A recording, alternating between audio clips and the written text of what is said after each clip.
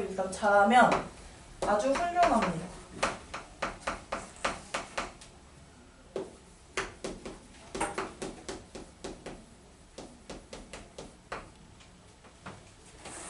여기 약간 좀 대망의 단원이었죠?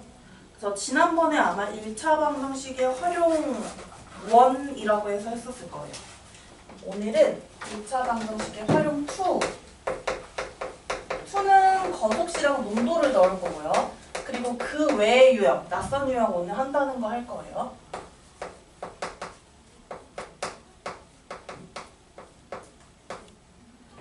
자, 1차 방정식의 활용 두 번째 유형.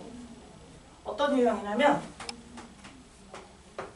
거리, 속력, 시간, 그리고 소금물의 농도에 대한 유형입니다.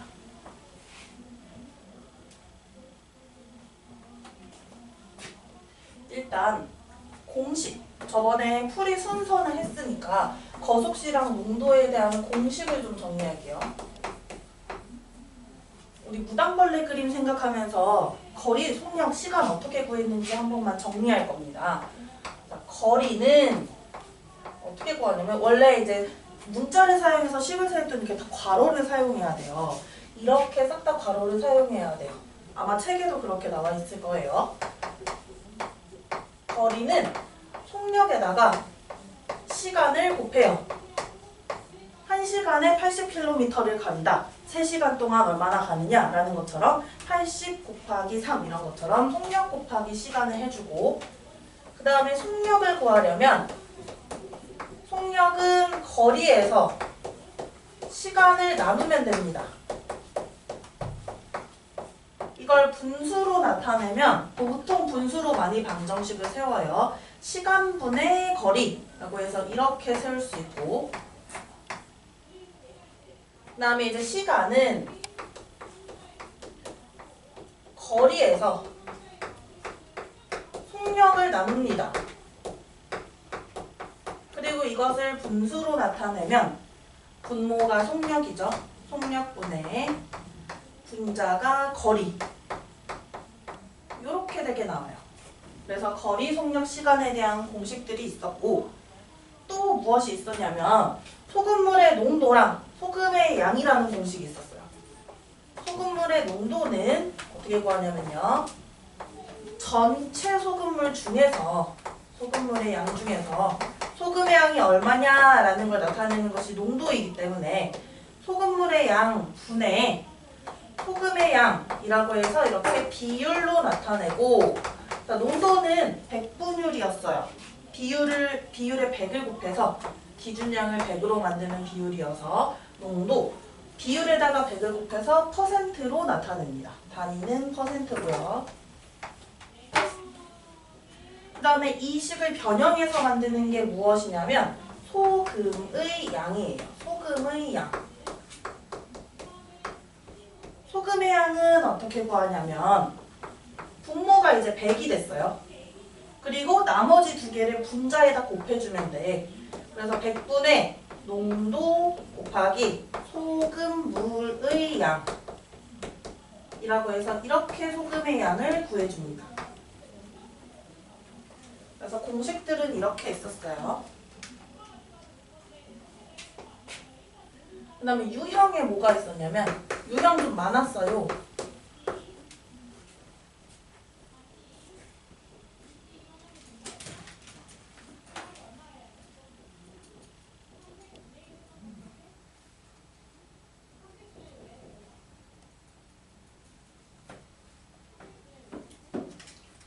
유형은 어떤 유형이 있냐면 우리 그 거속시 연습 문제 풀었던 거 같은 거 좀 기억해보면서 할게요. 어떤 유형이냐면 총 시간이 주어졌었던 게 있었다. 예를 들어 시속 몇 킬로로 가고 시속 몇 킬로로 가요. 그러니까 시속에 바꿔서 속력을 바꿔서 가는 거예요. 그랬더니 총 몇 시간이 걸린다. 또는 왕복할 때 갈 때는 몇 킬로, 올 때는 몇 킬로에서 총 몇 킬로, 몇 시간이 걸렸다. 이렇게 총 시간이 주어진 경우가 있어요. 그래서 공식 첫 번째는 총 시간이 주어진 경우.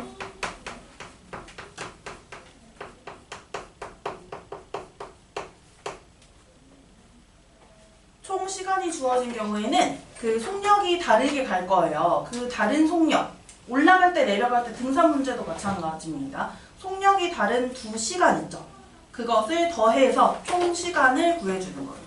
그래서 총 시간은 처음에 어떤 속력이 있어요. 처음 속력으로 갈 때 걸린 시간, 갈 때 시간이라고 할게요. 그냥 에다가 속력이 변하죠. 나중에 속력으로 갈 때 시간, 이 두 시간을 더해서 뭐가 되냐면 총 시간이 된다 라고 이렇게 식을 세워줍니다. 이게 총 시간이 주어졌을 때의 유형이었어요.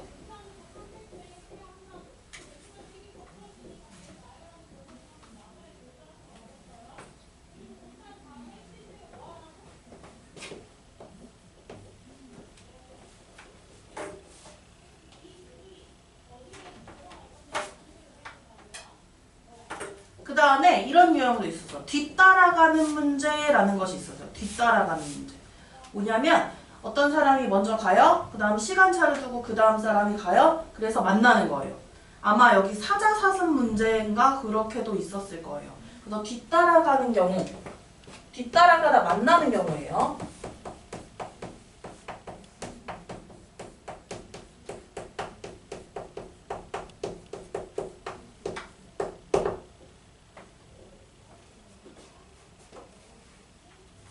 뒤따라가다 만나는 경우는 두 가지 케이스가 있어요.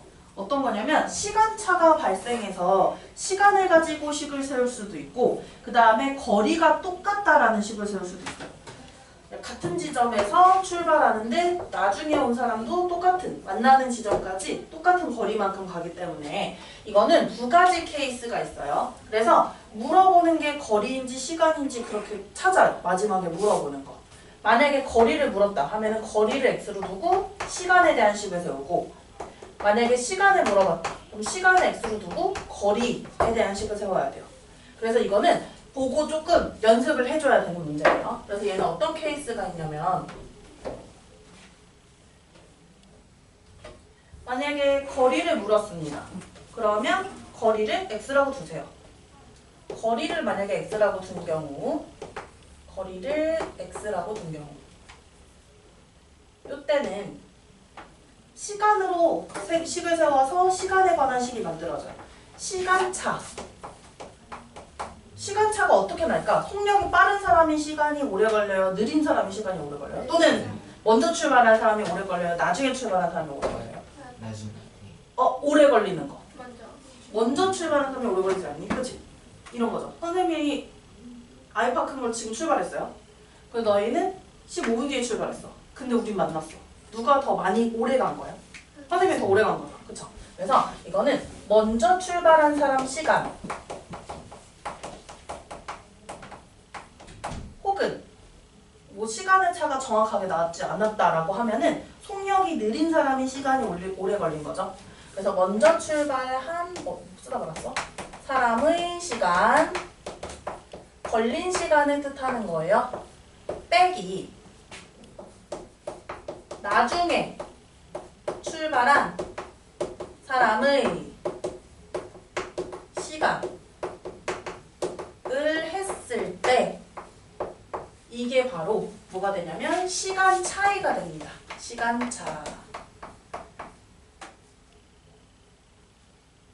만약에 거리가 아니라 시간 누군가가 걸린 시간을 x로 설정했다 라고 한다면 그러면 두 사람이 등장하죠. 등장인물이 보통은 뒤따라가니까. 그러면 한 사람의 시간을 x로 두면 또 다른 사람의 시간도 x를 사용해서 나타내 주어야 돼요.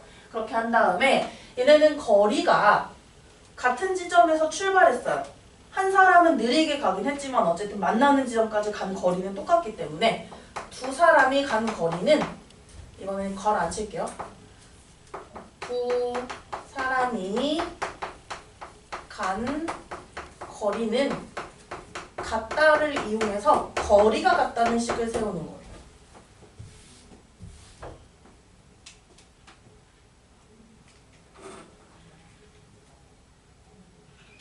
그다음 이런 것도 있어요. 저 끝에 있는 사람들끼리 마주보면서 와서 만나는 거. 그런 것도 있어요. 그래서 이거는 반대 방향에서 마주보고 오는 경우라고 생각하면 돼요. 반대 방향에서 마주보고 오는 경우. 그냥 오는 것뿐만이 아니라 만납니다. 반대 방향에서 출발해서 마주보고 오는 경우예요. 이것도 사실 두 가지 방법이 있거든요. 두 사람이 동시에 출발해서 동시에 도착한 거니까 시간이 똑같다는 식을 세워도 돼요. 또 어떤 게 있냐면 두 사람이 반대 방향에서 마주보고 옵니다. 마주보고 이렇게 와요. 그럼 이 두 사람이 간 거리의 합이 바로 두 사람 사이의 거리가 되죠. 그래서 거리를 이용한 식이 있고 시간을 이용한 식이 있어요. 둘 다 원하는 대로, 편한 대로 놓는 게 좋고요. 얘도 두 가지 케이스로 나눌게요. 그래서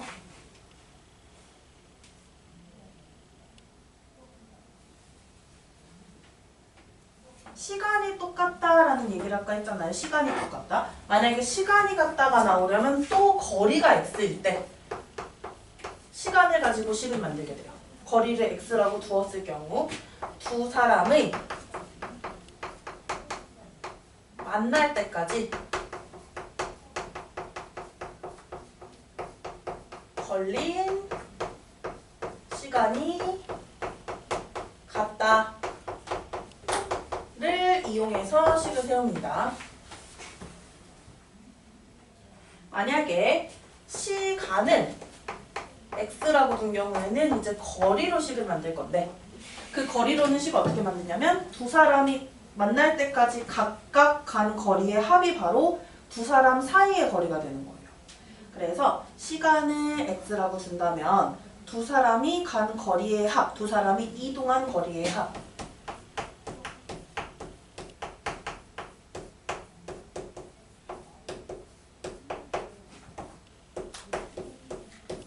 두 사람이 이동한 거리의 합이 두 지점 사이의 거리가 돼요.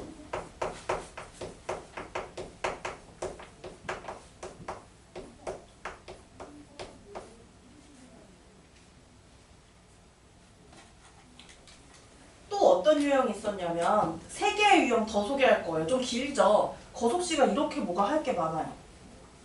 이거를 챙겨야 돼요. 언제까지 챙겨야 되냐면 중학교 2학년 1학기 과정까지 챙겨야 됩니다. 그때 연립 1차 방정식이라는 12개를 이제 묶어서 베푸는 방법이 나와요. 거기에서까지 나오니까 이거를 챙겨주시고 어차피 개념 노트 웬만하면 잘 안 버리잖아요. 그냥 뭐 집에 어딘가에 처박아 놓긴 하지만 그래서 가지고 있다가 계속 이 유형은 계속 보면 좋을 것 같아요. 풀 때마다. 또 어떤 유형이 있었냐면 호수 둘레 도는 문제. 호수 둘레를 도는데 같은 방향으로 도느냐 반대 방향으로 도느냐의 문제가 있어요. 호수나 트랙 문제라고 할게요.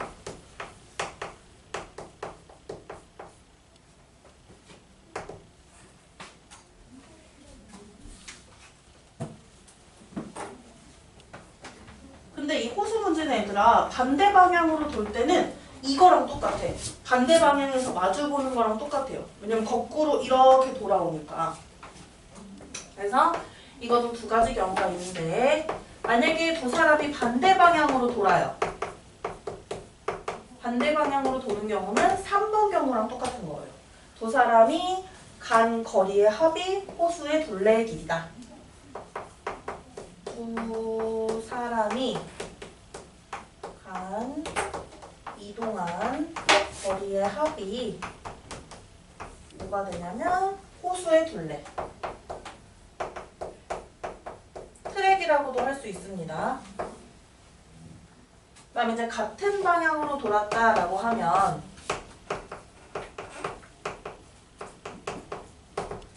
두 사람이 돈 거리의 차가 한 사람이 다른 사람을 추월해서 만난 거죠. 그래서 빠른 사람의 거리, 속력이 빠른 사람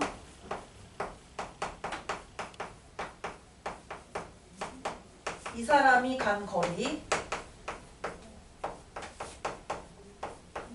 여기에서 속력 속력이 느린 사람의 간 거리를 빼면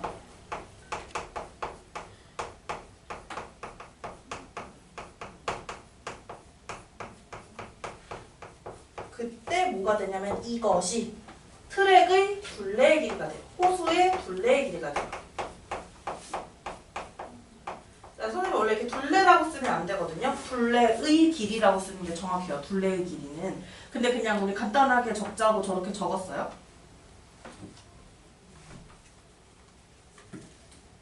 이거 유형 막 보면서 푸세요. 거속시 문제 풀거나 할 때.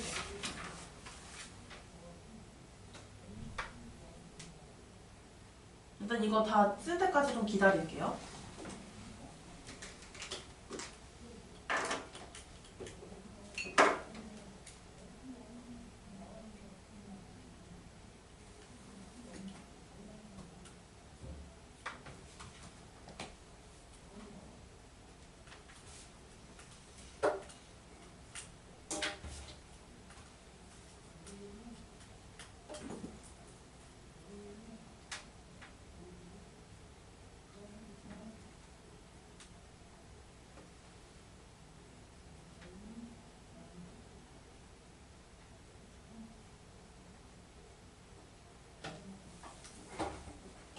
다 적었을까요?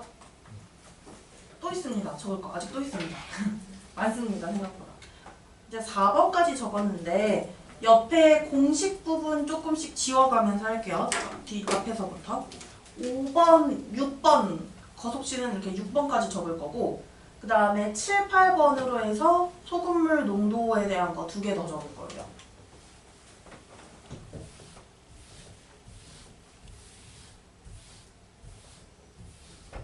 5번 어떤 유형이냐면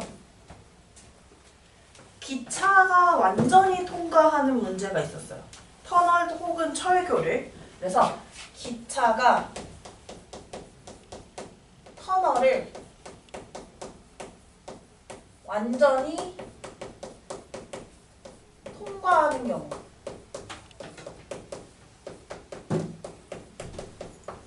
터널이라고 했지만 철교도 가능합니다.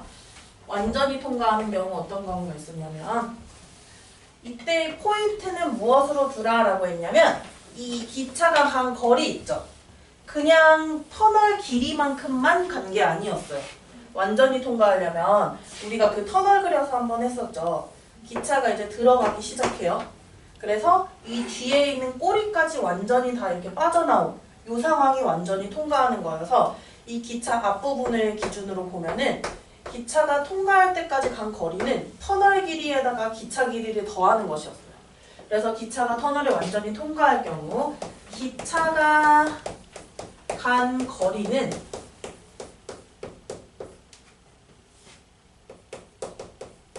터널 길이에다가 기차 길이를 더합니다. 이렇게 했을 때 기차가 완전히 통과한 것이다 라고 했어요. 그리고 얘는 식을 어떻게 세웠었는지 한번 생각해 볼게요. 문제에서 이런 유형이 있었어요. 기차의 속력이 일정하다라고 해서 첫 번째, 터널을 통과할 때 속력, 두 번째, 철교를 통과할 때 속력. 그래서 속력이 같다는 식을 세우는 경우도 있었고 속력이 아예 주어져 있는 경우도 있었어요. 이 거속시 연습 문제에 보면 속력이 주어진 경우는 어떻게 식을 세웠을까요? 속력이 주어진 경우. 여기 아마 선생님이 아까 가져간 이 시험지에 있을 텐데 이 시험지에 아마 20번이었나? 맞네요. 두 열차가 등장하고 두 열차가 하나는 둘 다 길이가 주어졌고 그 다음에 몇 초 걸린다라고 해서 속력이 같다라고 했어요. 여기 보시면 일정한 속력이 아니라 이제 기차 2개가 등장하는데 두 기차 모두 속력이 같대요. 그럼 이것도 속력을 같다라고 놓고 식을 세우면 되는 거죠. 그래서 보통 많이 세우는 식은 어떤 거냐면 속력이 같다. 그래서 뭐 터널을 통과할 때 속력, 철교를 통과할 때 속력이 같다. 이런 경우가 있어요. 일정한 속력이라고 해서 기차가 하나만 등장합니다.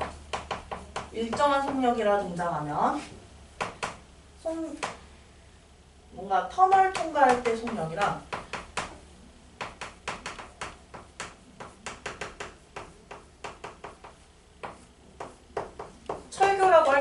Q가 아니라 바뀔 수도 있어요. 다른 걸로. 철교를 통과할 때 속력이 같다라고 놓고 두 기차의 속력이 같다 이러면 두 기차의 속력이 같다라고 놓으면 되는 거예요.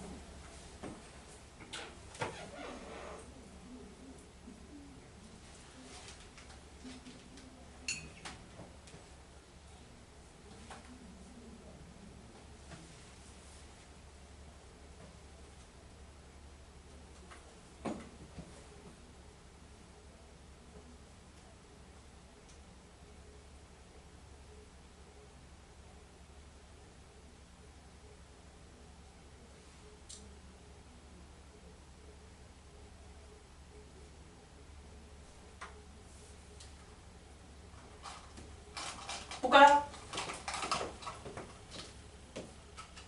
또 어떤 유형이 있었냐면 아마 이거 거속시 연습 문제 3번에 흐르는 강물이라는 문제가 있었을 거예요. 강물이 이렇게 흘러가고 A 지점과 B 지점, A 지점에서 B 지점으로 이렇게 강물이 흘러가요. 이때 보트가 이 지점을 왕복하는데 내려갈 때의 속력이랑 올라갈 때의 속력이 달라졌었던 거 기억나나요? 내려갈 때는 속력이 빨라질까 느려질까? 강물을 타고 내려갈 때는 빨라져요. 얼마나 빨라지냐면 강물의 속력만큼. 그치? 올라갈 때는 어때요 보트가?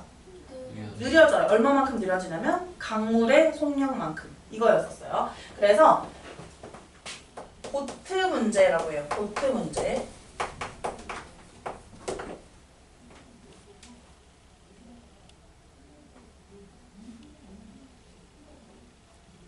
강물을 거슬러 올라가고 따라 내려올 때가 있어요. 두 가지 케이스로 할게요. 이렇게 보트가 강물을 거슬러 올라갈 때 강물이 흐르는 방향이랑 반대 방향으로 갈 때를 말하는 거예요. 이때는 어떻게 됐냐면 보트의 속력이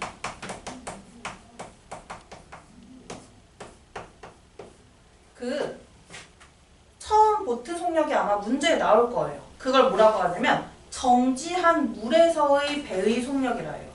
정지해 있으면 보트가 자기 속력대로 나가겠죠. 그 보트의 속력을 말하는 거예요.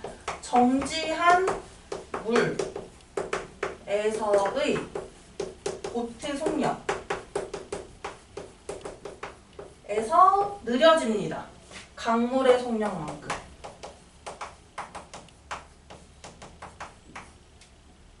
이거 반대로 바뀌죠. 보트가 강물을 따라 내려올 때는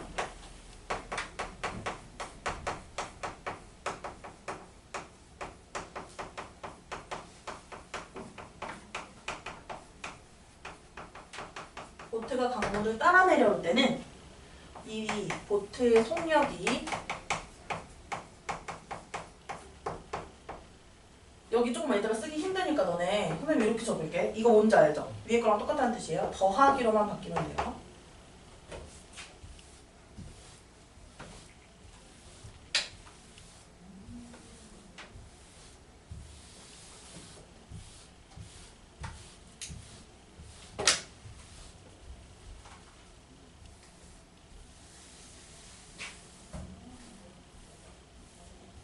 시원이도 이렇게 쓰면 알지? 위에 거랑 같다라는 거예요. 이렇게 씁시다 우리. 농도로 넘어가도 되나요? 농도 자리 있어요?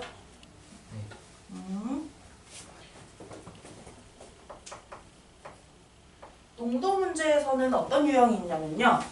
물을 추가하거나 물을 증발하거나 소금을 추가하거나 하는 문제가 나와요. 그래서 물을 추가하거나 증발하는 경우에 또는 부소금물을 섞는 경우 이렇게 있어요. 그래서 물 추가 혹은 증발하는 문제는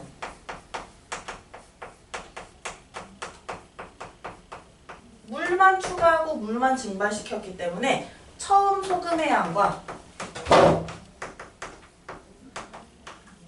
나중에 소금의 양이 같다는 것, 이것으로 해주면 됩니다.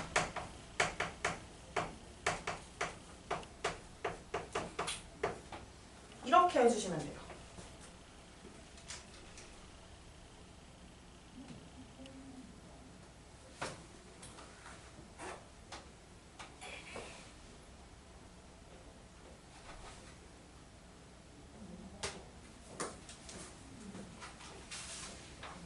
그리고 소금을 추가하거나 또는 두 소금물을 섞어요.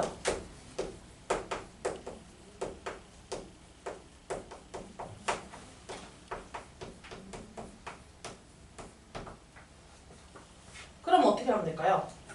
처음 소금의 양에다가 어떻게 하면 돼요? 추가한 소금의 양 또는 섞은 소금물에 있는 소금의 양을 더해요. 추가된 소금의 양.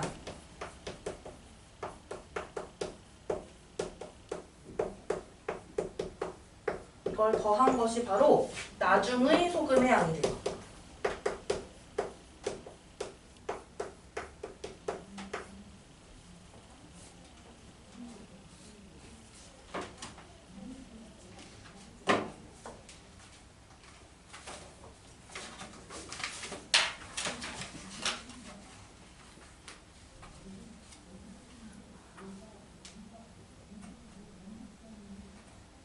쓰는 거 좀 기다려줄게요. 낯선 유형 지금 두 문제 해야 돼서 쓰는 거 좀 기다릴게요.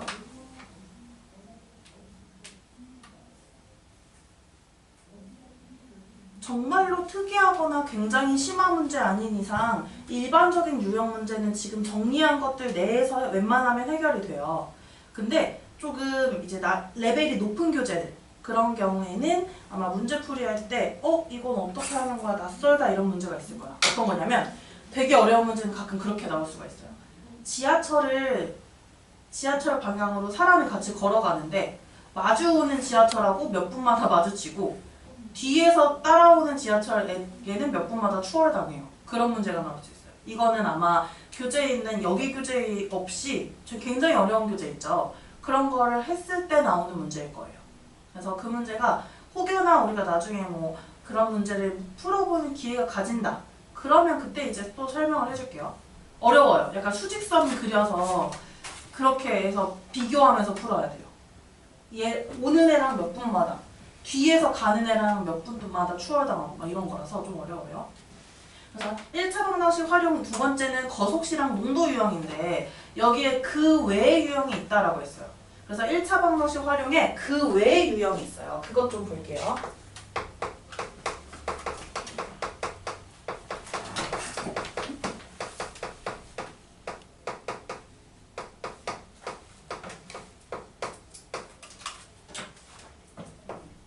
그 외.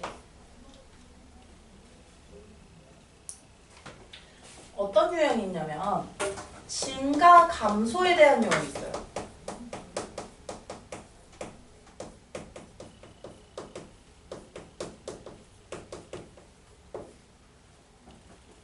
이런 거예요. 작년에 학생 수가 남학생은 몇 명, 여학생은 몇 명이었는데 올해는 남학생은 몇 퍼센트 증가했고 여학생은 몇 퍼센트 감소해서 총 몇 명이 증가했다. 이런 것들. 이런 게 증가 감소에 대한 문제고 그 다음에 하나 더 있어요. 시계의 시침과 분침이에요. 그래서 시계의 시침하고 분침이 뭐 90도를 이루는 또는 180도를 이루는 또는 일치하는 그런 시각이 몇 시 몇 분인지 구하라 라는 것들. 이런 것들이에요. 그래서 먼저 증가 감소에 대한 문제는 어떻게 풀이를 해주냐면 증가하기 전, 그러니까 보통은 작년이거든요. 그래서 증가하기 전이라고 하면은 거의 작년인데 그 작년을 기준으로 놓을 거예요. 그래서 작년의 인원수 또는 수학량 같은 것을 기준으로 합니다.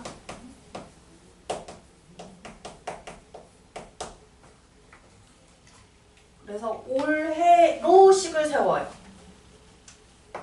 올해 증가한 양이나 감소한 양 식을 세워줘요. 자, 이거는 선생님이랑 예시로 같이 풀 거니까 일단 이 정도까지만 써놓을게요. 선생님 되게 어렵게 된 문제 중에 작년에 지금 2학년 된 아이들인데 작년에 얼마였고 올해 얼마였고 내년에 얼마나 변했다. 여기 이렇게 해서 2년 동안의 변화량을 낸 적이 있어요. 그런 식으로도 나올 수 있지만 보통은 이제 작년 올해로 해서 1년치 변화량으로 많이 내긴 해요. 다음 두 번째 어떤 유형이냐면 시계의 시침 분침 문제.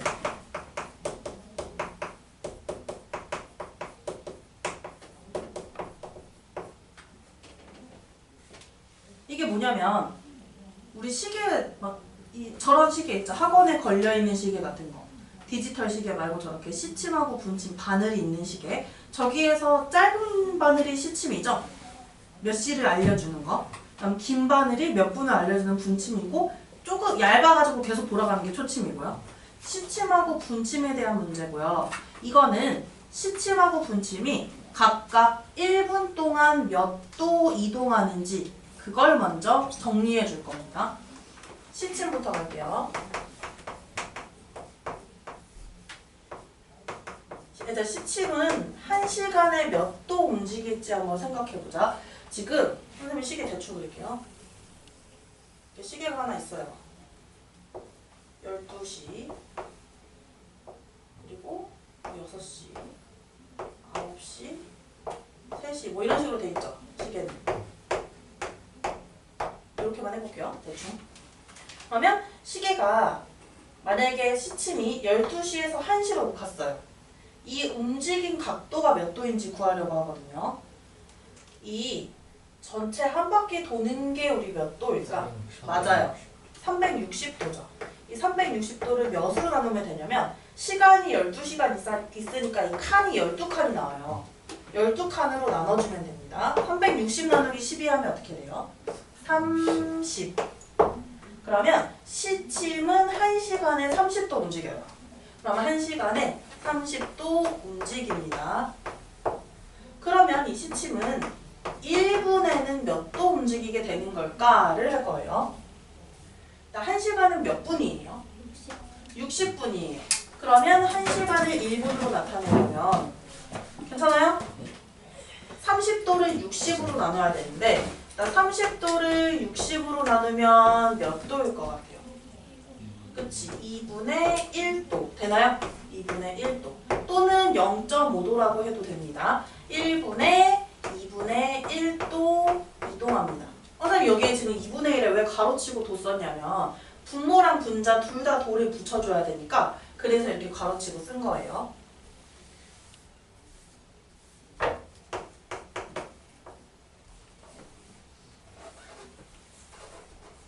그러면 이제 분침은 어떻게 될까요? 분침은 똑같이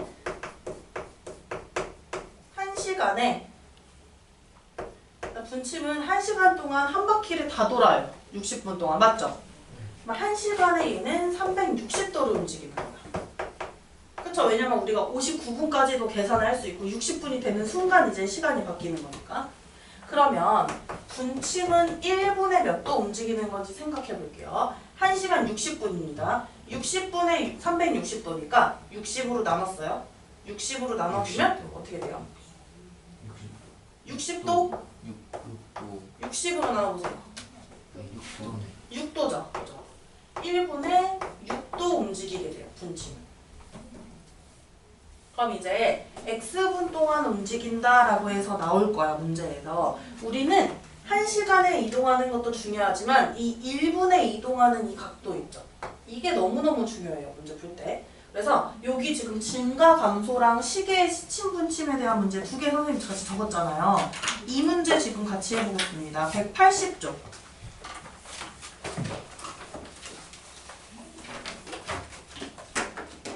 180쪽 보시면 17번이 바로 증가 감소 문제예요. 180쪽에 17번 같이 볼게요. 기준은 어디로 삼냐면 작년을 기준으로 삼아요. 작년을. 그래서 작년에 일단 몇 명이었는지 그것을 이제 여학생 또는 남학생은 이제 X로 표현할 거야. 문제에서 올해를 물어봤다고 해도 작년을 무조건 X라고 놉니다. 올해를 X로 놓으면 헷갈려요. 물어본 게 지금 올해 여학생이지만 우리는 작년 여학생을 X명이라고 놓을 거예요. 그래서 그러면 작년 남학생은 어떻게 식을 세울 수 있냐면 여기 보니까 작년에 전체 800명이었대요.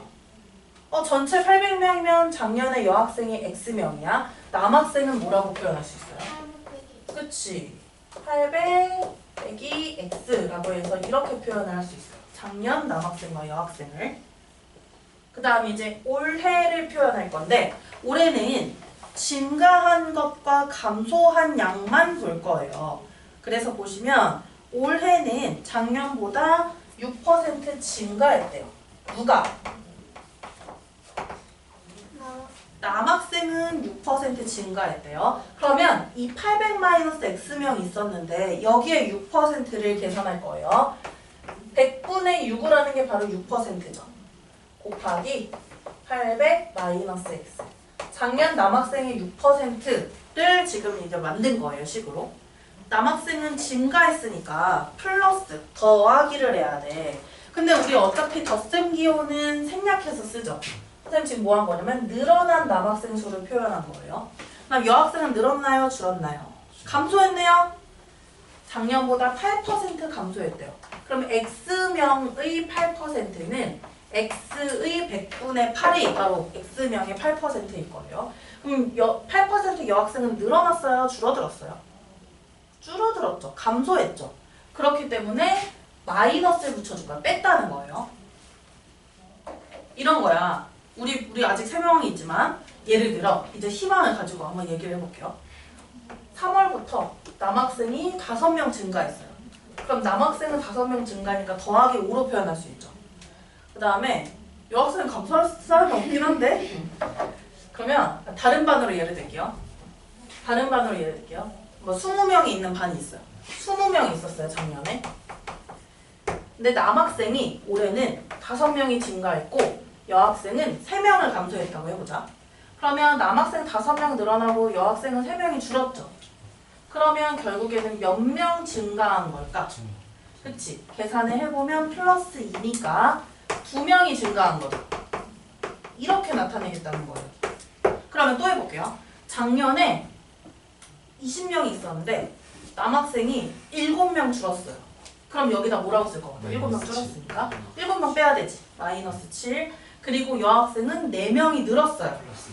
플러스 4. 그러니까 남학생 7명 빠지고 여학생 3명 들어왔다고 해도 결국에는 몇 명이 된 거냐면 남학생 7명 빠져요. 13명이었는데 여학생 4명 들어와요. 17명. 3명이 줄어든 거죠. 보시면 계산을 해보면요. 줄어든 남학생 수와 늘어난 여학생 수를 계산하면 3명이 감소했어요. 보이죠? 이렇게 증가한 양과 감소한 양으로 식을 세울 거예요. 그럼 남학생 6%는 증가했으니까 더하기, 여학생 8%는 감소했으니까 빼기 해서 전체적으로 몇 명 어떻게 됐어요? 8명이 감소했대요. 이렇게 했더니 뭐가 나와야 되냐면 8명이 감소했으니까 플러스가 아니라 마이너스로 표현해야 되죠. 마이너스 8로 표현을 해야 됩니다. 8명이 감소한 거예요. 늘어난 양과 줄어든 양을 계산했더니 마이너스가 나왔어요. 감소했기 때문에. 그래서 이렇게 방정식을 올해에 대한 식으로 세우는 거예요. 지금 선생님 여기 올해 땡땡하고 세운 게 바로 이 방정식이거든요. 그럼 이 방정식을 풀어서 우리 X, 작년 여학생 수를 먼저 구해볼게요. 그래서 이 주어진 방정식 한번 풀어보겠습니다. 방정식 풀려면 어떻게 하죠? 분모의 100 불편하다. 양변에 100 곱할까? 네. 그렇게 해서 처리를 할게요.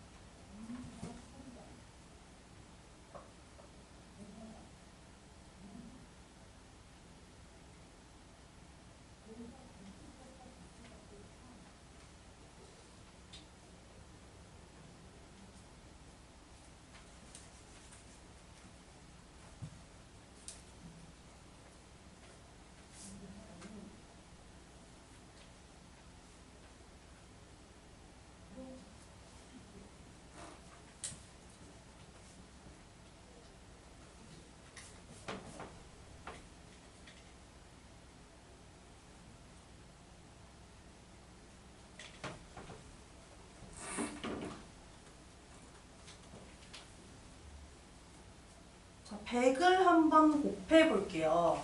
저기 100하고 800 보이는 부분이 아무리 약분된다 하더라도 다른 데서 약분이 깔끔하게 안 되기 때문에 양변에 100을 곱해서 분모 100을 없애고 하겠습니다. 그러면 양변에 100을 곱했어요. 이쪽에 있는 항에 100 곱하면 분모 약분되고 이쪽에 있는 항에 100을 곱하면 또 분모가 약분이 되죠. 그다음 우변도 챙겨서 100을 곱해줘야 돼요.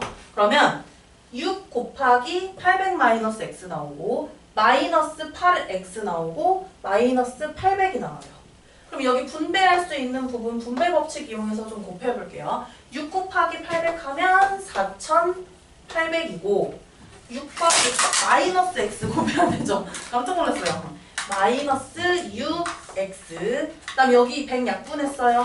마이너스 8x 우변은 마이너스 800 이 상수항 어떻게 하기로 했죠? 이 상수항은 옆으로 우변으로 이항하기로 했어요. 부호 바뀝니다. 이렇게 마이너스 4800으로 그러면 6x, 마이너스 6x 마이너스 8x 계산할게요. 일단 마이너스 14x고 우변은 마이너스 800 마이너스 4800이네. 음수 두 개니까 음의 부호 붙이고 더해주죠. 800하고 4800 더하면 5600 그러면 양변을 마이너스 14로 나눠줄게요. x 앞에 있는 마이너스 14로 이렇게 나눠주겠습니다. 그럼 약분이 되고 x는 여기 14하고 56만 나눠주면 되겠다. 0은 뒤에다 붙이면 되니까요. 14 나누기 56 하면 어떻게 돼요? 4. 그래서 0 붙이면 4, 100이다. 400명이네. 아주 예쁘게 작년에 남학생, 여학생 각각 400명이었네요. 물어보는 거는 작년이 아니죠. 뭘 물어보셨어요? 올해. 이제 올해 계산할 거예요. 여학생 수인데 올해 여학생 감소했잖아요. 얼마나 감소했어요? 몇 퍼센트 감소했지 문제에서? 8%가 감소했어요. 그러면 여학생 400명이 있었는데 이 400명의 8%가 감소됐다면 우리 몇 퍼센트가 됐을지 생각해보자. 뭐든지 전체는 100%죠. 여기서 8%가 줄었다는 거는 92%. 400명의 92%만 남은 거예요. 현재 여학생은. 그래서 계산을 한번 해볼게요. 그러면 400 곱하기 100분의 92로 나타냈습니다. 92%니까.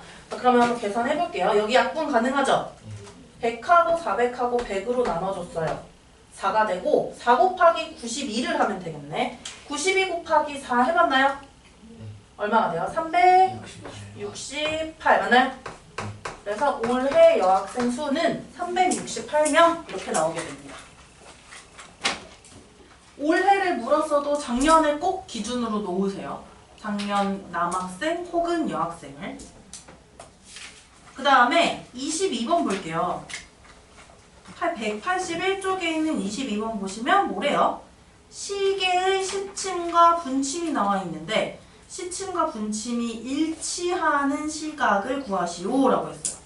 자, 이 문제 하나 가지고 절대로 연습 안 돼요. 선생님이 중간중간 활용은 계속 연습 문제를 조금씩 줘야 될 것 같아. 일단 22번에 몇 시랑 몇 시 사이냐면 4시와 5시 사이래요. 그럼 4시 몇 분 이런 식으로 될 건데 근데 이거 보통은 분수로 나옵니다. 예쁘게 정답이 안 나와요. 4시가 어디쯤 될까? 여기쯤이라 칠게요. 5시 여기쯤이라 칠게요. 4시랑 5시 사이에 시침하고 분침이 있는데 시침이랑 분침이 일치해야 돼요. 뭔 소리예요? 이렇게 겹쳐야 되는 거죠. 시침하고 분침이. 이렇게 겹쳐지는 시각이 몇 분인지 구하라 라고 했고 자, 시침 분침 문제 나오면 시작을 어디서 시작하는 걸로 하냐면 언제나 둘 다 12시 방향이 있죠. 바늘이 12시에서 시작하는 걸로 각도를 구할 거예요. 12시 방향에서 시작하는 걸로 볼게요. 그럼 분침 몇 도 움직였냐면 만약에 분침이 처음에 여기 있었어요. 그러면 딱 4시겠지. 4시에서 요만큼 움직인 거예요. 분침. 그럼 분침은 어떻게 움직이냐면 분침이 움직인 각도는 지금 몇 분인지 모르잖아요. 지금 이 시각이 4시 몇 분인지 모르기 때문에 우리가 4시 x분이라고 놓을 거예요. 이렇게 분을 x라고 사용합니다. 그러면 분침이 움직인 각도는 x분 동안 움직인 각도를 찾아야 돼. 12시에서 x분 동안 움직인 각도. 그러면 x분 동안 움직인 각도를 찾을 건데 분침은 1분에 6도 움직여요. 그럼 x분 동안은 몇 도 움직였을까? x분 동안은 몇 도 움직였을까? 6x도 움직였겠지. 그래서 분침이 움직인 각도는 6x도고요. 시침도 똑같이 하면 안 돼요. 왜 그러냐면 시침은 내실 때 어딜 가리키고 있냐면 숫자 4를 가리키고 있어요. 4에서 x분 동안 요만큼 움직인 거야. 그쵸?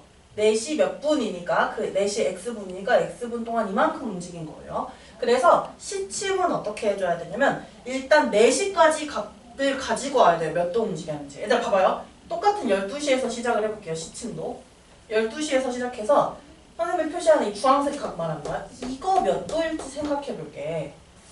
12시 방향에서 4시 방향까지 움직인 거죠. 이거 몇 도냐면요.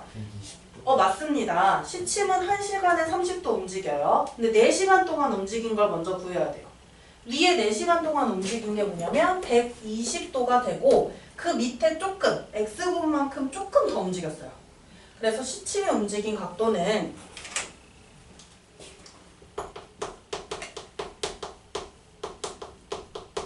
일단 몇 시라고 정확하게 숫자로 나와 있는 거기까지 몇 도인지 구해줘야 돼요. 12시에서 똑같이 출발했어요. 12시 방향에서 4시까지 오는데 120도 움직였고 여기에서 추가로 몇 도 더 움직였냐면 x분 동안 시침은 애들 잘 보시면요. 그냥 안 움직이고 바로 3시에서 4시로 훅 가는 게 아니라 얘도 미세하게 움직이고 있죠. 그 움직이는 게 바로 저 조그만 부분 x분 동안 움직인 요 부분이 되는 거예요. 이게 x분 동안 움직인 각도예요. 그러면 시침은 1분에 2분의 1도 움직이니까 x분 동안 몇 도 움직일까? 2분의 1 x도 움직입니다. 여기에 2분의 1 x도를 더해줘요. 이게 시침이 움직인 각도예요. 분침은 되게 쉽거든요. x분 동안 움직였다 하면 그냥 곱하기 x 하면 돼. 근데 시침은 어려워요. 시침은 몇 시 정각까지 몇 도 움직였는지 따로 계산하고 나머지 몇 분 동안 움직였는지 따로 계산해서 더해줘야 돼요. 그러면 시침하고 분침이 움직인 각도가 지금 어때야 되냐면 두 바늘이 일치하죠. 같죠? 이렇게 똑같죠? 움직인 각도 이거 두 개가 이 두 개의 움직인 각도가 같아야 돼요.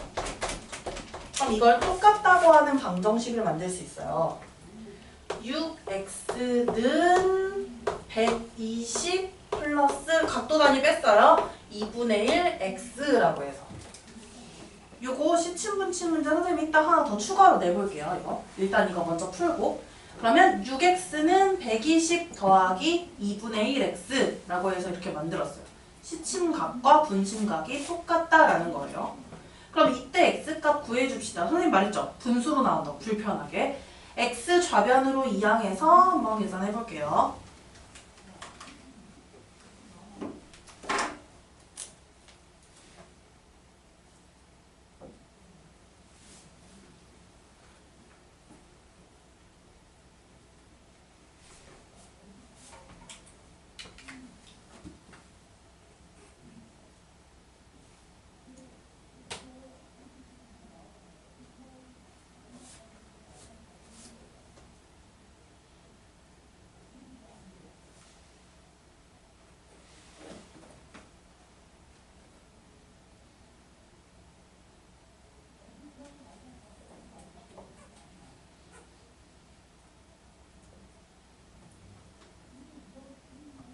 했어요? 볼게요. 2분의 1x를 좌변으로 이항합니다. 그러면 부호 바뀌어서 마이너스 2분의 1x가 돼요. 6x 마이너스 2분의 1x는 120이라고 나오게 되고 일단 6에서 2분의 1 빼야 되죠. 6은 2분의 12죠. 2분의 12에서 2분의 1을 빼니까 2분의 11이 돼요. 2분의 11x는 120이 되고 여기서 우리 x 곱하기 위해서는 x만 구하기 위해서는 앞에 x 앞에 있는 2분의 11이 없어져야 돼. 1이 돼야 돼요.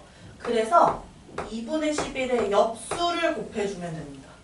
양변에 2분의 11의 역수인 11분의 1을 곱해주면 11분의 1랑 2분의 11은 약분해서 x가 됐어요. 그리고 120 곱하기 11분의 2인데 불편하죠? 약분이 안 돼요. 11분의 뭐가 돼요? 120 곱하기 2를 해줄게요. 240이 돼요.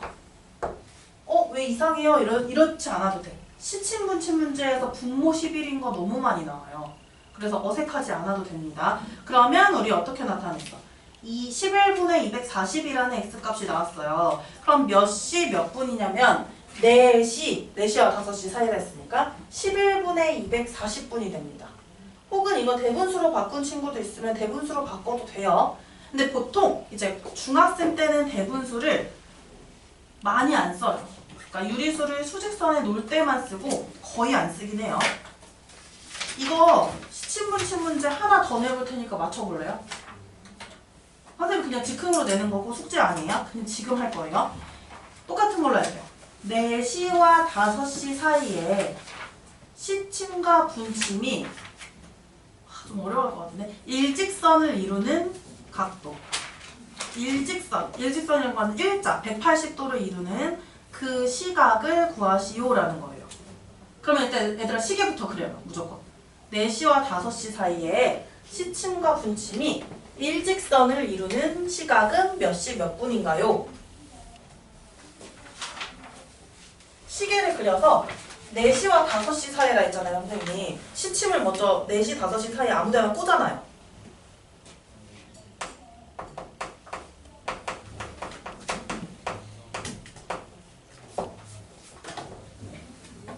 네 시와 5시 사이에 시침을 일단 꽂아놔요. 4시랑 5시 사이에 아무 데나. 그림이 좀 원이 이상한데? 꽂아놓고 그 다음에 우리 분을 x분이라고 한다고 했죠. 분을 x분으로 해서 4시 x분으로 먼저 만들어 놓을게요. 좀 이상한데?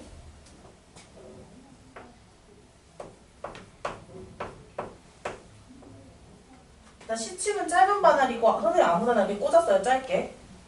4시랑 5시 사이에 이렇게 시침을 꽂아요. 일직선을 이루려면 분침은 어떤 방향으로 가야 돼요? 일직선을 이루려면 여기서 쭉 연결해서 절로 가야 되죠. 그렇죠? 쭉 연결해서 절로 가요. 이거는 45분, 48분 이런 식으로 정확한 시각으로 안 나오고 아까 우리 구했던 것처럼 불편하게 나와요. 4시 11분에 240분처럼. 그럼 이렇게 나와요. 그 다음에 뭘 시작하면 좋냐면 분침부터 시작을 하세요. 분침. 12시 방향에서 출발을 해요. 언제나 12시 방향에서 출발해서 분침은 몇 도 움직였냐면 만약에 4시 x분이야.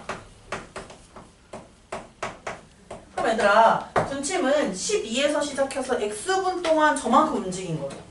분침은 x분 동안 이만큼 움직인 거예요. 분침 움직인 거 표현해 볼게요. 이만큼이 x분 동안 분침이 움직인 각이에요. 그러면 분침이 움직인 각도는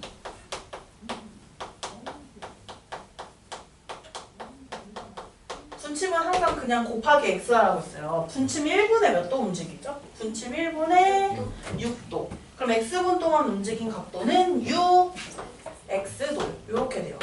6x도가 저렇게 노란색으로 표시한 것처럼 엄청 큰 거예요. 엄청 커요. 그 다음 이제 시침은 어떻게 움직였냐면 이 상황이랑 똑같아요. 일단 12시 방향에서 출발해서 요 4시까지 있죠. 요만큼. 이만큼 시침이 움직였어요. 4시간 동안은 몇 도 움직였냐면 1시간에 몇 도예요, 시침? 1시간에 30도죠. 그럼 4시간 동안 몇 도 움직였겠니? 그치, 120도. 일단 120도 또 움직였고 그럼 이제 4시부터 시작해서 x분 동안 요 조그만 만큼 움직인 거예요. 이게 x분 동안 움직인 각도예요. 아까랑 똑같네? 그쵸? 우리 아까 시침 구하는 식이랑 똑같아요. 시침이 움직인 각도는 그러면 일단 12시 방향에서 4시 방향까지 120도 움직였고 여기에 이 조그만하게 x분 동안 더 움직였는데 시침은 1분의 2분의 1도 움직이니까 x분 동안 2분의 1x만큼 더 움직여요. 2분의 1x도. 아까랑 완전 똑같죠? 식 세운 거. 근데 이제 방정식을 세울 때 좀 달라집니다. 아까는 시침하고 분침이 일치했기 때문에 움직인 각도가 똑같았는데 지금 보세요. 분침이 이만큼 노란색으로 움직였어요. 그리고 시침이 이 주황색이랑 빨간색만큼 움직였거든요. 자, 이 노란색에서 주황색, 빨간색 부분 빼버리면 남는 게 요만큼 남죠? 요만큼이 남아요. 보이나? 노란색에서 주황색, 빨간색 빼면 이거 몇 도예요? 일자로 된 거 몇 도일까? 우리? 180. 그치, 180도지. 그럼 이거는 분침이 굉장히 많이 돌아갔는데 분침이 돌아간 각, 분침이 움직인 각에서 시침이 움직인 각을 빼요. 빼면 뭐가 되냐면 180도가 돼요.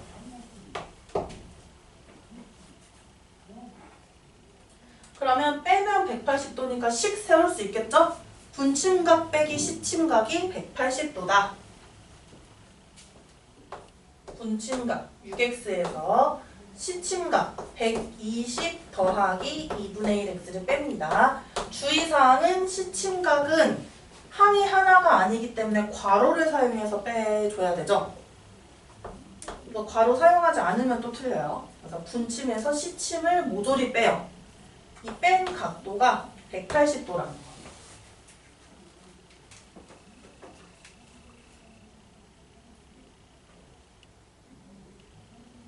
우리 저거 한번 정리해서 풀어볼게요. 얘도 마찬가지로 불편하게 11분의 얼마 이렇게 나오게 될 거예요.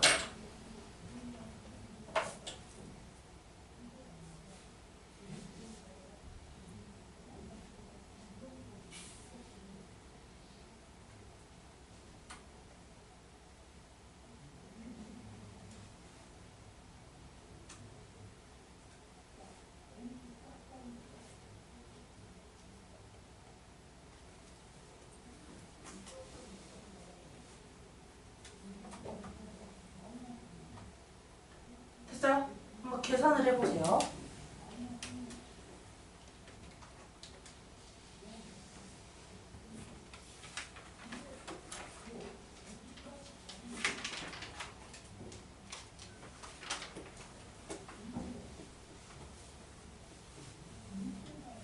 네, C하고 또 11분의 몇 분 이런 식으로 나올 건데 한번 계산해 볼게요. 6x 여기 괄호 앞에 있는 마이너스 1이 있는 거예요. 마이너스 1을 곱해주면 부호를 바꿔주면 됩니다. 그래서 마이너스 120 마이너스 2분의 1x는 180이고 x가 있는 애들은 좌변에 남겨둘게요. 6x랑 마이너스 2분의 1x가 x가 있고 계산하면 아까 같은 2분의 11x가 나올 거예요. 그리고 여기 있던 마이너스 120 이항하죠. 마이너스 120 이항하면 플러스 120이 됩니다.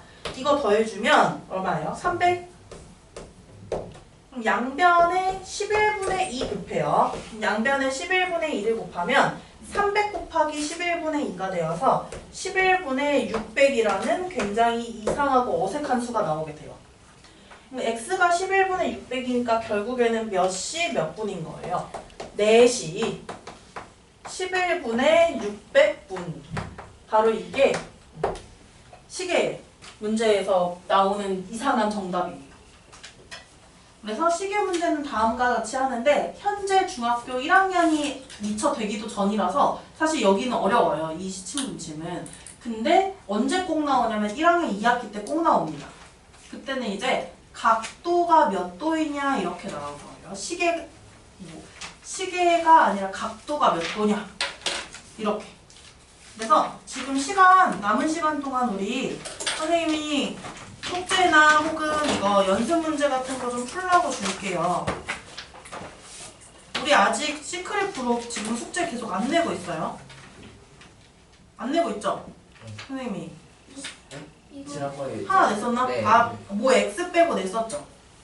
네. 오늘 시크릿 프로가 안 낼 테니까 오늘 거 질문이랑 이제 이번 숙제 거 질문 있죠? 오늘 해야 될 질문이나 이번 숙제 거 질문 같은 거 숙제 올릴 때 사진 올리면서 거기에 댓글 같이 달면 있죠. 사진 올리고 거기 글 같이 쓰면 질문이 올라가요. 거기다가 해주시면 돼요. 저 지금 이거 한번 풀어보고 연습해볼게요. 이거는 전체적으로 문자식 전체 통틀어서 범위예요.